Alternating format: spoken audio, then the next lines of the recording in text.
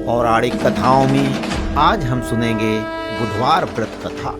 बुधवार का दिन सभी देवी देवताओं में सबसे पहले पूजे जाने वाले भगवान गणेश को समर्पित होता है और बुधवार के देवता भगवान गणेश बुद्धि के देवता हैं। ऐसे में बुधवार के दिन कथा सुनने से जीवन में सुख समृद्धि आती है और समय मंगलमय रहता है।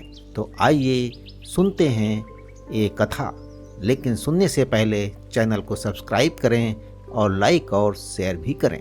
तो भक्तजन भगवान गणेश को ध्यान में रखते हुए इसे सुने। बुधवार का व्रत करने से व्यक्ति की बुद्धि में वृद्धि होती है। इसके साथ ही व्यापार में सफलता प्राप्त करने के लिए भी इस व्रत को विशेष रूप से किया जाता है। व्यापारिक क्षेत्र की बाधाओं को दूर करने में भी ये व्रत लाभकारी रहता है। इसके अतिरिक्त जिन व्यक्तियों की कुंडली में बुध अपने फल देने में असमर्थ हो, उन व्यक्तियों को ये व्रत विशेष रूप से करना चाहिए, अथवा जिनके कुंडली में बुध अशुभ भावों का स्वामी होकर अशुभ भावों में बैठा हो, उस अवस्था में भी इस व्रत को करना कल्याणकारी रहता है। तो आइए सुनते हैं बुधवार व्रत कथा।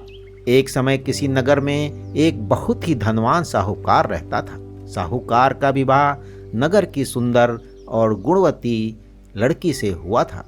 एक दिन वो अपनी पत्नी को लेने बुधवार के दिन ससुराल गया और पत्नी के माता पिता से विदा कराने के लिए कहा।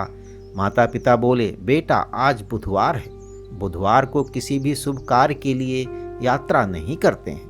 लेकिन वो नहीं माना और उसने वहम की बातों को ना मानने की बात कही।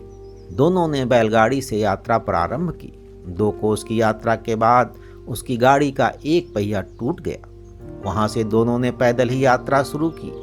रास्ते में पत्नी को प्यास लगी तो साहूकार उसे एक पेड़ के नीचे बैठाकर जल लेने के लिए चला गया।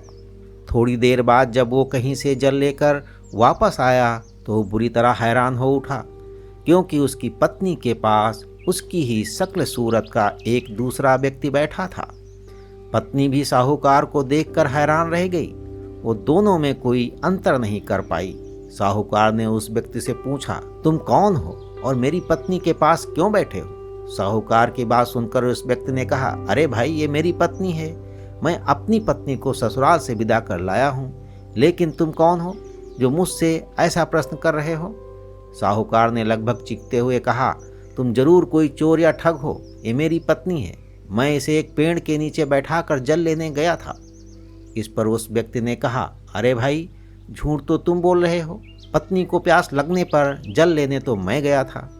मैं तो जल लाकर अपनी पत्नी को पिला भी दिया। अब तुम चुपचाप यहाँ से चलते बनो, नहीं तो किसी सिपाही को बुलाकर तुम्हें पकड़वा दूंगा। दोनों एक दूसरे से लड़ने लगे।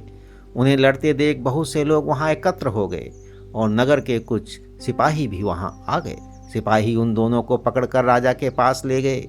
सारी कहानी सुनकर राजा भी कोई निर्णय नहीं कर पाया। पत्नी भी उन दोनों में से अपने वास्तविक पति को नहीं पहचान पा रही थी। राजा ने उन दोनों को कारागार में डाल देने को कहा। राजा के फैसले को सुनकर असली साहूकार भयभीत हो उठा। तभी आकाशवाणी हुई, साहूकार, तूने माता पिता की बात नहीं मानी और बुधवार के दिन अपनी ससुराल से प्रस्थान किया। ये सब भगवान बुद्धदेव के प्रकोप से हो रहा है। साहूकार ने भगवान बुद्धदेव से प्रार्थना की, हे भगवान बुद्धदेव, मुझे क्षमा कीजिए, मुझसे बहुत बड़ी गलती हुई है। भविष्य में अब कभी बुधवार के दिन यात्रा नहीं करूँगा और सदैव बुधवार को आपका व्रत किया करूँगा। साहूकार की प्रार्थना से प्रसन्न होकर भगवान बुद्धदेव ने उसे क्षमा कर दिया। तभी दूसरा व्यक्ति राजा के सामने से गायब हो गया। राजा और दूसरे लोग इस चमत्कार को देखकर हैरान हो गए।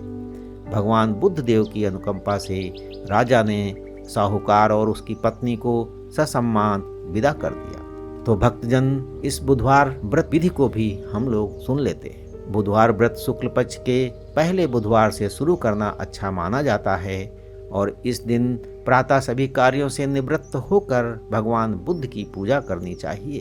व्रत करने वाले जातक को हरे रंग की माला या वस्त्रों का अधिक प्रयोग करना चाहिए। भगवान बुद्ध की मूर्ति न होने पर शंकर जी की प्रतिमा के समीप भी पूजा की जा सकती है। पूरे दिन व्रत कर शाम के समय पूजा कर एक समय भोजन करना चाहिए।